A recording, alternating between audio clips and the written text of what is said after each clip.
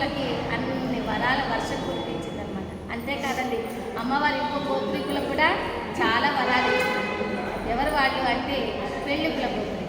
ఎందుకంటారా, ఆ 6 నెలల క్రితం వెళ్ళినటువంటి ఉత్తర దేశాలకు వెళ్ళిన పెళ్ళికుల గోత్రికులందరూ కూడా వచ్చి వాళ్ళందరూ కూడా అడిగినప్పుడు అప్పుడు ఈ మిగతా ఆ 102 గోత్రికులు ఎవరైతే అగ్నిగుండ ప్రవేశం చేస్తున్నారో వాళ్ళంతా కూడా అమ్మవారి గురించి, ముక్తి గురించి, మోక్షం గురించి చెప్పేసరికి వాళ్ళకు అప్పుడు అనిపించినారే మనం ఎంత తప్పు చేశాం, అమ్మవారి గోత్రంలో జన్మించిన మనకి అమ్మవారితో పాటు అగ్నిగుండ ప్రవేశం చేసేకి లేకపోయింది అని వాళ్ళంతా కూడా, ఓ అమ్మ, ఓ వాసవి, ఇంతకాలం మేము మిమ్మల్ని మా కులంలో ఉన్నావు కనుక ఏదో సోదరి అనో, చెల్లి అనో, భగిని అనో, అత్త అనో, వదిన అనో ఇట్లనే పిలుచుకుంటున్నాం కనుక ఏ విధంగా అయినా సరే మేము కూడా అగ్నిగుండ ప్రవేశం చేస్తాము అని అమ్మవారిని చాలా ప్రార్థించారు. అప్పుడు అమ్మవారు ఏమంటున్నారంటే, ఒక్కొక్కరికి ఒక్కొక్క న్యాయం తగదు. ఎందుకంటే మిగతా వారికి అందరికీ కూడా ఒక న్యాయం, పెళ్ళికుల గోత్రులకు ఒక న్యాయం చేస్తే ఏమైనా ఉంటుందా?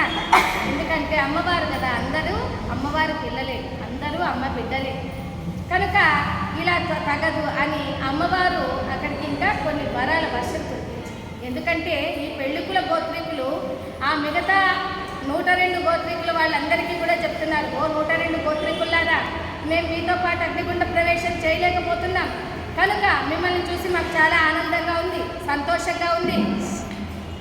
అయ్యా, వెనక్కున్నటువంటి వారంతా కూడా కొంచెం ముందుకు రండి, మీకు వీలైతే కొంచెం ముందుకు వచ్చేయండి, ఇక్కడ మైక్ వర్కింగ్లో లేదు కనుక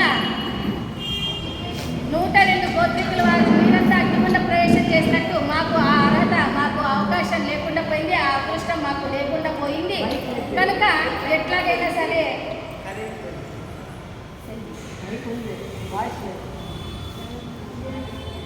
మేము కూడా అగ్నిగుండ ప్రవేశం చేస్తాము అని అంటుంటే అప్పుడు ఈ 612 గోత్రికులంతా కూడా ఒకవైపు ఉన్నారు. 102 గోత్రికులకు మాత్రం అమ్మవారు, ఆ పెళ్ళికుల గోత్రికుల వారు చెప్తున్నారు, ఓ 102 గోత్రికులారా, మీరంతా కూడా ఎంత అదృష్టవంతులు, అమ్మవారితో పాటు అగ్నిగుండ ప్రవేశం చేస్తున్నారు, మేము చాలా ఆనందిస్తున్నాం కనుక మేమందరం కూడా మీకు ఒక వరాలను ఇస్తున్నాం. ఏమిటమ్మా అది అంటే, మీ పెళ్ళికుల గోత్రికులలో ఉన్నటువంటి వారి అంటే 102 గోత్రికులలో ఉన్నటువంటి వారందరిలో అనైశ్వర్యాన్ని మేము తీసుకొని మా ఐశ్వర్యాన్ని అంతా మీకు ఇచ్చేస్తాం.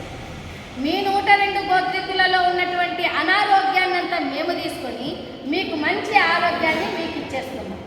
అలాగే మీ 102 ఆర్యవైశ్య గోత్రాల్లో ఉన్నటువంటి దుర్గుణాలన్నింటినీ కూడా మేము తీసుకొని సద్గుణాలను, మాలో ఉన్న సద్గుణాలన్నీ మీకు ఇచ్చేస్తున్నాం.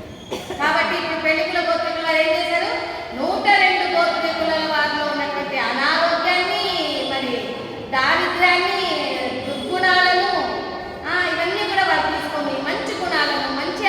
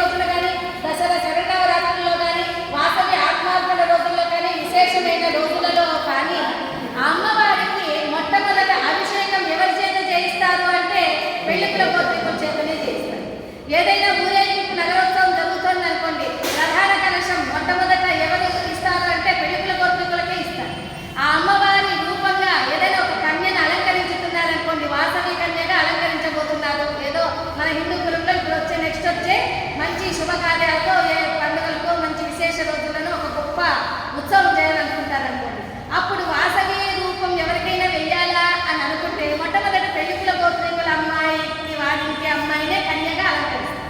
ఆ అమ్మాయికి పసుపు కానిచ్చి కాళ్ళ పారాన్ని పెట్టి పసుపులు రాసి కొత్త బట్టలు ఇచ్చి పట్టుబట్టలు ఇచ్చి మంచిగా చక్కగా వీరి నగలు కూడా వారికి అలంకరింపజేసి వాళ్ళని చక్కగా అలంకరింపజేస్తారు ఆ పెళ్లికుల గోత్రికుల అమ్మాయి. ఎందుకంటే అమ్మవారు ఎంతో ఆనందిస్తారు. ఇప్పుడు మీరు కూడా అంతే కదమ్మా, మీ పుట్టింటి వారు ఎవరైనా మీ అమ్మ నాన్న మీ ఇంటికి వచ్చారనుకోండి, అప్పుడు మీరు ఏం చేస్తారు? మీకు ఎంత సంతోషం వేస్తుంది కదా, మా అమ్మ వచ్చారు, మా నాన్న వచ్చారు, మా పుట్టింటి వాళ్ళు వచ్చారని చాలా ఆనందపడుతూ ఉంటారు కదా. అలాగనే ఏ కార్యక్రమం జరిగినా పెళ్లికుల గోత్రం వారు వస్తే ఆ అమ్మవారు కూడా అలాగే ఆనందంగానే ఉంటుంది.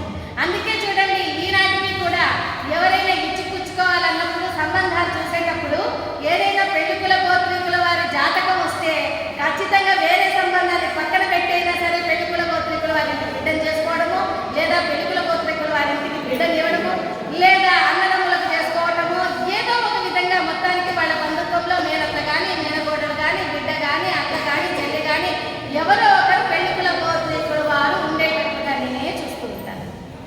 ఉండాలన్న పెళ్లికుల గోత్రికులు అదే ఎవరు పెళ్లికుల గోత్రికులు మీరందరూ చేశారు అరుగు కాబట్టి జై